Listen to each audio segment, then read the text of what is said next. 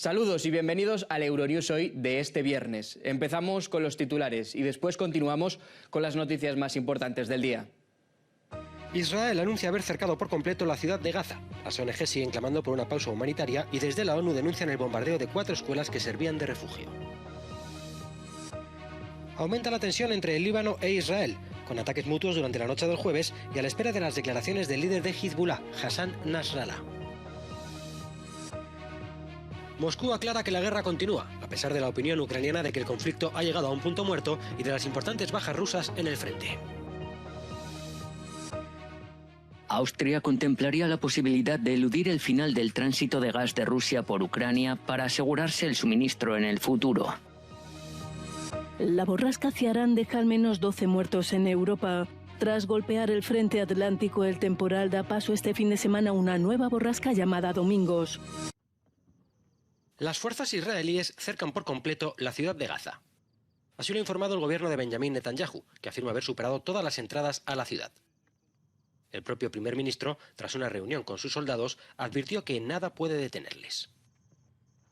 Con las organizaciones humanitarias alertando sobre la situación en la ciudad de Gaza, el gobierno israelí podría estar estudiando la propuesta estadounidense de una pausa humanitaria. El alto el fuego, no obstante, no se contempla, como se encargaba de recordar el portavoz de las Fuerzas de Defensa de Israel, el contraalmirante Daniel Hagari. La cuestión del alto el fuego ni siquiera está sobre la mesa ahora mismo. Las FDI están en guerra. Están llevando a cabo la guerra para desmantelar Hamás. Las denuncias contra la actuación israelí, mientras tanto, no cesan. La Agencia de la ONU para Refugiados Palestinos culpó al ejército de este país de haber bombardeado al menos 4 escuelas, utilizadas como refugios solo durante el jueves. Al menos 23 personas habrían muerto en estos ataques. Fuentes palestinas afirman que Israel sigue colocando bombas en las proximidades de hospitales y otras instalaciones civiles. El Ministerio de Sanidad palestino eleva ya a 9.000 los muertos en la franja desde el 7 de octubre.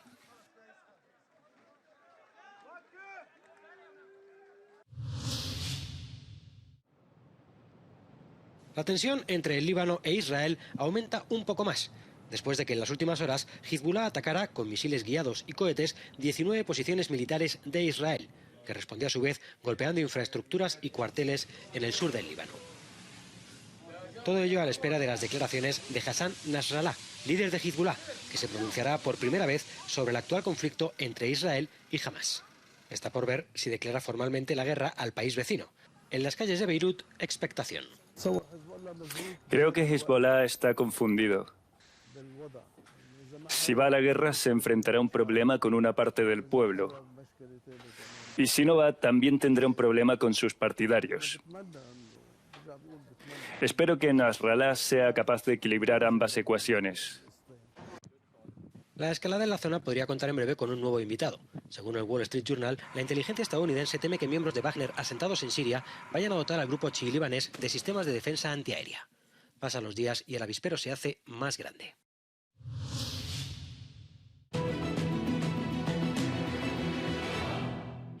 Israeli forces pressed towards Gaza City on Thursday but met fierce resistance from Hamas militants using mortars and hit-and-run attacks from tunnels, says Reuters.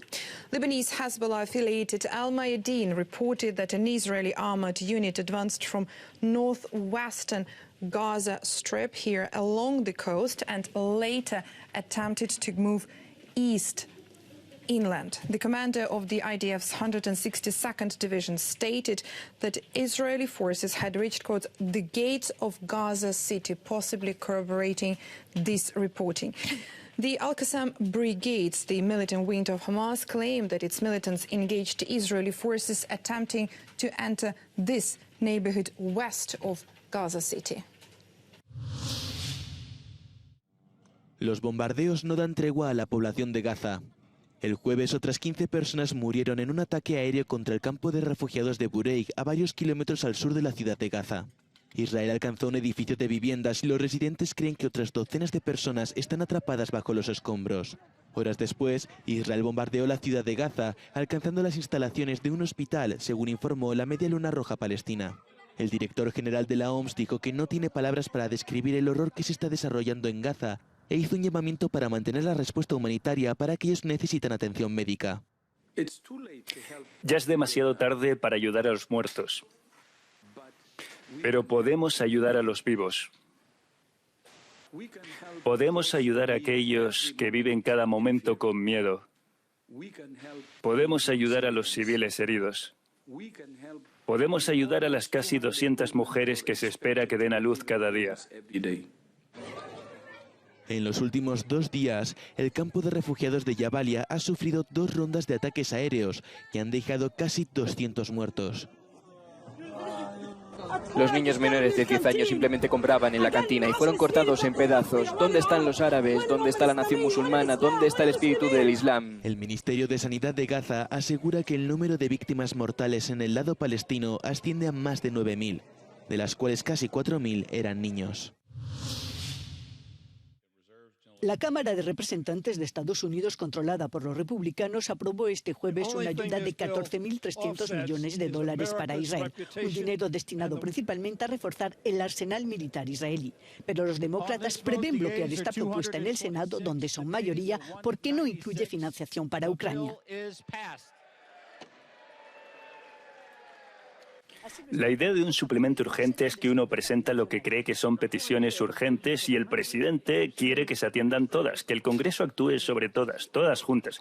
No lo habríamos presentado así si no creyéramos que todas son importantes y que deben tratarse juntas.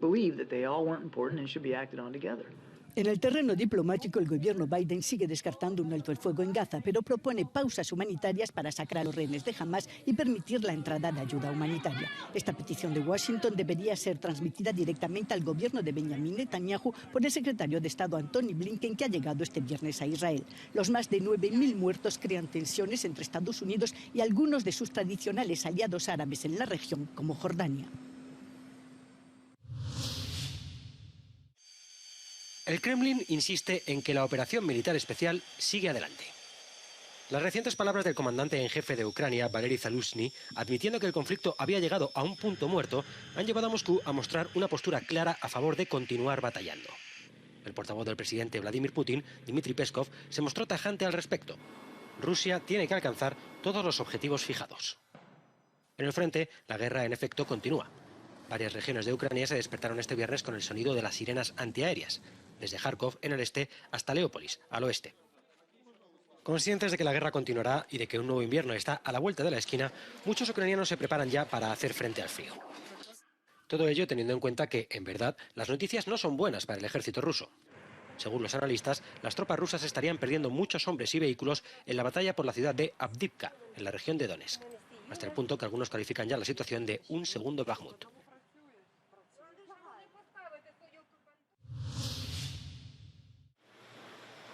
Ucrania afronta con optimismo la apertura de negociaciones para la adhesión a la Unión Europea.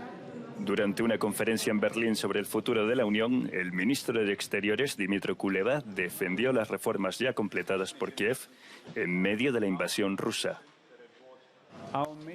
Nuestra posición principal que he traído desde Kiev es que la reforma de la Unión Europea no debe ser rehén del proceso de ampliación. Tenemos que encontrar el equilibrio adecuado entre el proceso de reforma de la Unión Europea y continuar con la ampliación. También indicó que abogaría por una cooperación fuerte y renovada en materia de industria armamentística entre los Estados miembros y los candidatos a la adhesión a la Unión Europea. La ampliación dominará la cumbre que se celebrará en Bruselas a mediados de diciembre. Para entonces, la Comisión Europea habrá emitido sus informes sobre las candidaturas. Austria contemplaría la posibilidad de eludir el final del tránsito del gas de Rusia por Ucrania para asegurarse el suministro en el futuro. El plan consistiría en pedir gas ruso por su cuenta y transportarlo a través del gasoducto ucraniano. Se haría independientemente del fin del contrato de suministro con la compañía ucraniana Naftogaz. El gasoducto físico sigue disponible, lo que significa que el gas puede seguir fluyendo, pero con otros socios contractuales. Si ahora llega un actor del mercado europeo y dice, me gustaría reservar el gasoducto para transportar gas hasta aquí, entonces no existe una relación contractual directa entre Naftogaz y Gazprom, por lo que se cumplen las nuevas condiciones. La directiva de Naftogaz ha declinado conceder una entrevista, pero en un comunicado ha señalado a Euronews que no tiene intención ni iniciativa de prorrogar el contrato de suministro existente a partir de 2025. Así, añade que apoyar a Rusia mediante la compra de su gas durante la guerra es absurdo. No está claro si Austria podrá utilizar el gasoducto ucraniano por su cuenta a partir de 2025. La UE ha criticado repetidamente al país por depender del suministro energético de Moscú. Para sustituir al gas ruso del este, en el futuro Austria quiere importar gas del oeste. Para ello es necesario construir el gasoducto a Alemania. Unas obras que, sin embargo, aún no han comenzado y no se terminarán antes de 2027. Es decir, con 2 años de retraso. Debido a esta negligencia, Austria podría seguir dependiendo de Rusia y Ucrania.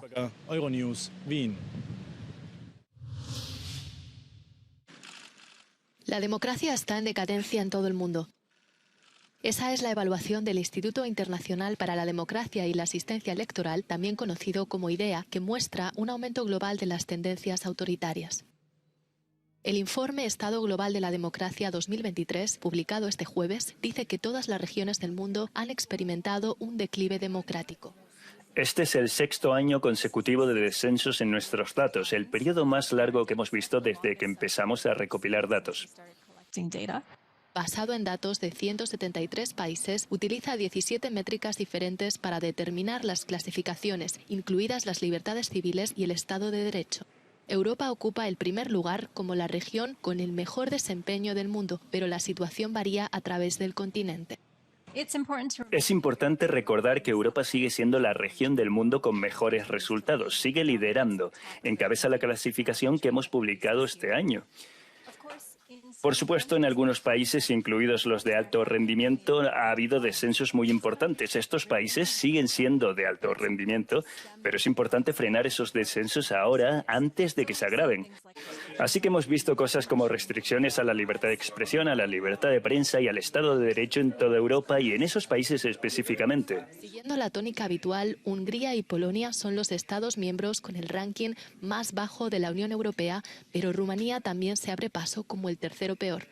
No sorprende que los países nórdicos sean los que mejor desempeño democrático han tenido en el bloque.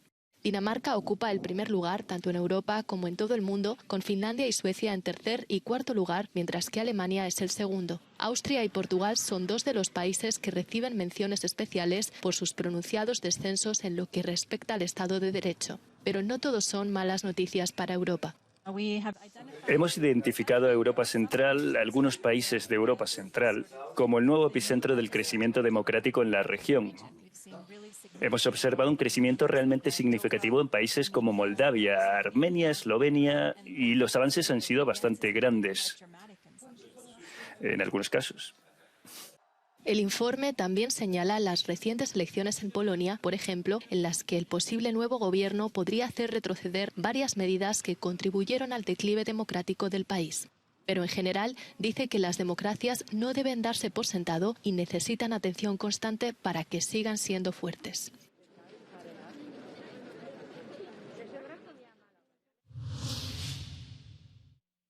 La ONU vota en contra del embargo de Estados Unidos a Cuba. La Asamblea General de las Naciones Unidas condenó este jueves el embargo y exigió el levantamiento de las restricciones estadounidenses contra la isla. Solo hubo 2 votos en contra, Estados Unidos e Israel, y una abstención, Ucrania. Y ya van 31 años consecutivos. Las votaciones no son vinculantes y llevan a primer plano la criticada irrelevancia de la Asamblea General más allá de su valor simbólico, que no ha conseguido hacer mella en la política estadounidense para con la isla caribeña. Golpeados, desnudados y devueltos al mar. Así se recibe a los solicitantes de asilo en Grecia, según los testimonios de 54 personas rescatadas por la ONG Médicos Sin Fronteras. La organización ha publicado un informe en el que recopila información recogida por sus equipos médicos en Lesbos y Samos entre agosto de 2021 y julio de 2023. En el documento, refugiados, migrantes y solicitantes de asilo aseguran haber sido interceptados por individuos uniformados u hombres enmascarados no identificados y sometidos a tratos degradantes y violentos, como inmovilizarles con bridas de plástico, golpearles con porras y palos, obligarles a someterse a cacheos intrusivos y detenerles durante horas o días. Médicos Sin Fronteras también acusa a Grecia de llevar a cabo devoluciones en caliente, una práctica ilegal según el derecho internacional. Algunas personas informaron de que les confiscaron sus pertenencias, incluidos teléfonos móviles, dinero y medicamentos, antes de obligarles a subir a balsas salvavidas y luego abandonarles a la deriva. Al menos 12 personas han fallecido en Europa por el impacto de la borrasca Ciarán, 3 de ellas en la región italiana de la Toscana, donde se ha declarado el estado de emergencia. Las fuertes lluvias provocaron inundaciones en Florencia, Pisa y Prato. Y en Madrid, España, una joven de 23 años murió por la caída de un árbol de 20 metros. Otras 3 personas resultaron heridas, aunque no de gravedad. El temporal provocó la cancelación de vuelos y trenes, mientras el sábado llega una nueva borrasca llamada Domingos, que complicará el tiempo en parte de la península y Francia. En Gante, Bélgica, la tormenta dejó 2 muertos, entre ellos un niño ucraniano de 5 años. El temporal se dirige hacia el este tras golpear el frente atlántico y ha causado importantes perturbaciones con puertos cerrados y vuelos cancelados. En la isla de Jersey y en el Canal de la Mancha, las ráfagas de viento de hasta 164 kilómetros por hora provocaron graves daños en muchas viviendas. En todo el Reino Unido hubo cortes de electricidad, cientos de escuelas cerradas y carreteras bloqueadas. En Francia, la tormenta deja al menos 2 muertos y graves perturbaciones en el tráfico ferroviario. Más de 1.200.000 hogares seguían el viernes sin electricidad ni red de telefonía móvil. El presidente Macron debe visitar Bretaña para mostrar su apoyo a los afectados y agradecer a los equipos de rescate. Más de 20.000 piezas de incalculable valor recogidas a lo largo de los siglos a través de regalos y donaciones. Se trata del tesoro de San Gennaro, conservado en la Catedral de Nápoles durante casi 500 años. Hoy es uno de los tesoros más valiosos del mundo y también uno de los más accesibles para las personas con discapacidad. Además de haber adaptado las instalaciones y de aportar videoguías con lenguaje de signos, el museo ofrece a las personas ciegas y con visión parcial la posibilidad de disfrutar de sus maravillas. La mitra del obispo es una de las piezas más preciadas del museo. Pesa 18 kilos y está decorada con casi 4.000 piedras preciosas. Su reproducción en 3D permite a todo el mundo apreciar su belleza. Para nosotros el acceso al arte significa autonomía. Significa libertad, significa ser iguales. La imagen tridimensional de la mitra nos permite comprender realmente lo que significa conocer esta mitra. Al igual que con otras joyas, el collar de San Gennaro fue esculpido en un panel en relieve para que todo el mundo pudiera palpar los detalles de su composición. Queremos transmitir a una persona ciega la sensación de cuánto sobresale el anillo en relación con la gran esmeralda y las otras piedras preciosas. Y aquí abajo tenemos las descripciones numeradas de todas las donaciones. Al santo en lenguaje estándar y en braille. En primer lugar, puedo sentir el contorno de la píxide, lo que me indica su forma, es decir, la forma de un cáliz con tapa donde se guardan las hostias. Puedo sentir la decoración, el encaje que el artista hizo con piedras preciosas. El trabajo constante de los conservadores del Museo del Tesoro de San Gennaro, en parte para dar accesibilidad para personas con diferentes tipos de discapacidad, permitió al centro pasar de los 70.000 visitantes de hace 2 años a los 90.000 de este año, y aún estamos a principios de noviembre. El tesoro no pertenece ni a la Iglesia ni al Estado, sino que es propiedad del pueblo de Nápoles, gestionado a través de la Diputación de la Capilla Real. Estamos en una institución que no solo ha conservado el monumento, el patrimonio durante 500 años, sino que también lo ha enriquecido. Este es el único sitio en el mundo donde Napoleón no tomó nada, sino que de hecho añadió.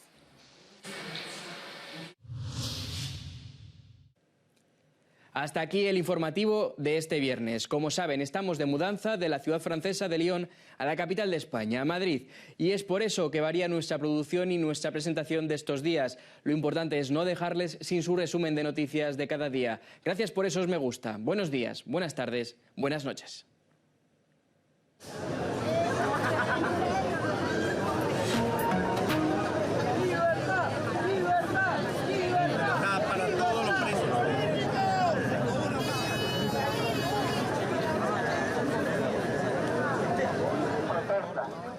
Venezuela y los que estén pasando por acá se enteren de que hay todavía la parte de al frente. No tapemos los mensajes, no tapemos las telas, hagamos ganancia.